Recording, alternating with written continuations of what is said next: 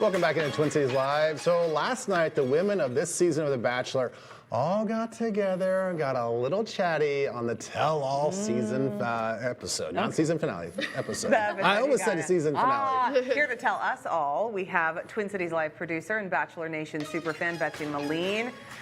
But listen, things are tough, guys. She says her superfan status may be in jeopardy. Betsy, what's happening? What? I know. You guys, I always come on here and I say I'm a super fan, and I do. I love this show. I really, really love it. But last night's episode, I was like, is this the kind of thing I want to be a super fan of? No. It was a toughie for me. And people who have watched for a long time know that, like, there's been bad episodes, but this might be my least favorite episode I've ever covered in my Bachelor recaps. Shoot! It just was sad to me. I like that the tell-all gives women a chance to see the things we hadn't seen, but to me, it just felt like we're re-bringing up old stuff over and over and not getting anywhere with it. But let's start positive. Oh, wow. Okay, wow, all right. Let's start on a positive note, which is my bros, which is my favorite moment of the night, which was the bloopers. I love the bloopers. As a TV nerd, I like seeing the behind the scenes, the stuff that gets cut. This was really funny to me. Alex couldn't get the date card out of the envelope.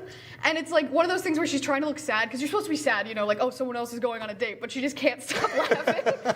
And it's like, okay, so this is what's really happening. You know, behind the scenes, these girls are becoming friends with each other, even if they might not exactly get along. They still are enjoying learning who the others are. And it also just reminded me of the girls this season I really liked, like Chloe and Bailey. I liked both of them, and seeing Alex again. My money's on her for the next Bachelorette. I think it's gonna be Alex. She was the one who was opening the envelope, but they spent a lot of time on her, and I think that she is a lot of fun. So I would love if it was her. So Okay.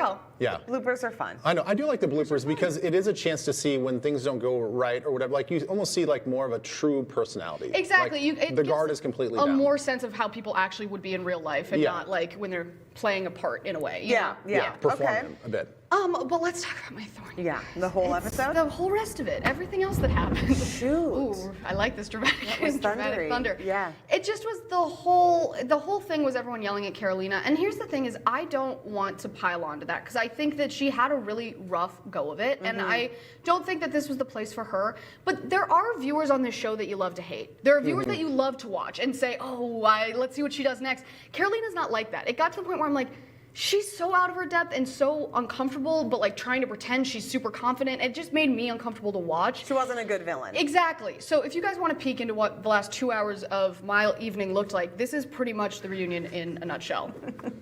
Would you date a man who's telling someone else? He's dating 25 of us. Obviously, he's going to say different things to every single person. So what is it going to do? Vicky, can I get your attention up here, please, guys? We've got to move on. We're going to be here for 6 hours. We keep talking about this. Ew. It was a lot of that, just like talking over each other. It was a lot of 12 people talking at once. And in the past, I think Jesse does a pretty good job hosting. This time, he just had no control over anything. All he would really do is tell them, okay, we have to stop. We have to stop. And then they would stop and we'd come back from break and he's like, okay, well, we're not really going to revisit, you know? So it didn't feel like anything got resolved. We really got to the bottom of anything. It just felt like, let's talk about what we've heard 1,000 times, but louder, you know? Yeah, so it wasn't a good story. So silver lining, do you think this is the end of hearing about Carolina? I mean, I hope so.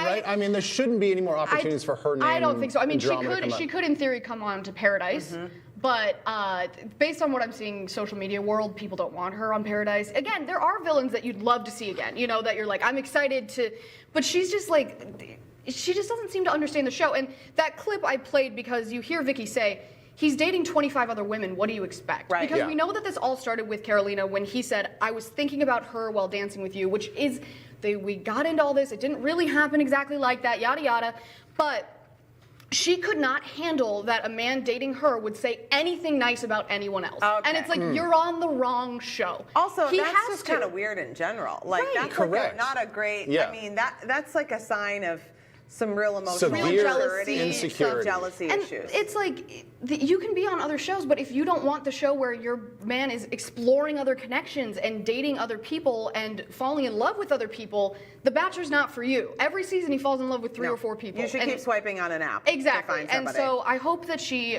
finds a place that's better for her. I really do. I sincerely hope that. I hope you find a better episode next week. I hope so too, you guys. I really hope that next week will be better. And it's Fantasy Suites, so I hope that it is. That's nice. Oh, that's fun. Yeah, so we'll see Grant talk to his family a little bit more about his final connections. He's down to his final 3, so we'll see. It sounds like he's building really strong connections with all 3 of them, but it sounds like it's going to be a lot of drama. This is what Grant had to say about the last couple episodes. I never thought it would be possible to be in love with multiple women. I don't know how to navigate it. Stay tuned for my demise. So I'm staying tuned for his demise, I'll tell you that much. I don't know why everyone's shocked that they fall in love with 2 people. Everybody falls in love with 2 people. That's what happens on this show. I know. Well, I think that it's a sobering reality about what the show is, because Right. you are connecting with multiple people, and you feel like culturally, like this shouldn't happen. Like I'm Right. fighting against what I've been raised to do. Like Yeah. I'm supposed to be like with one person. Yeah.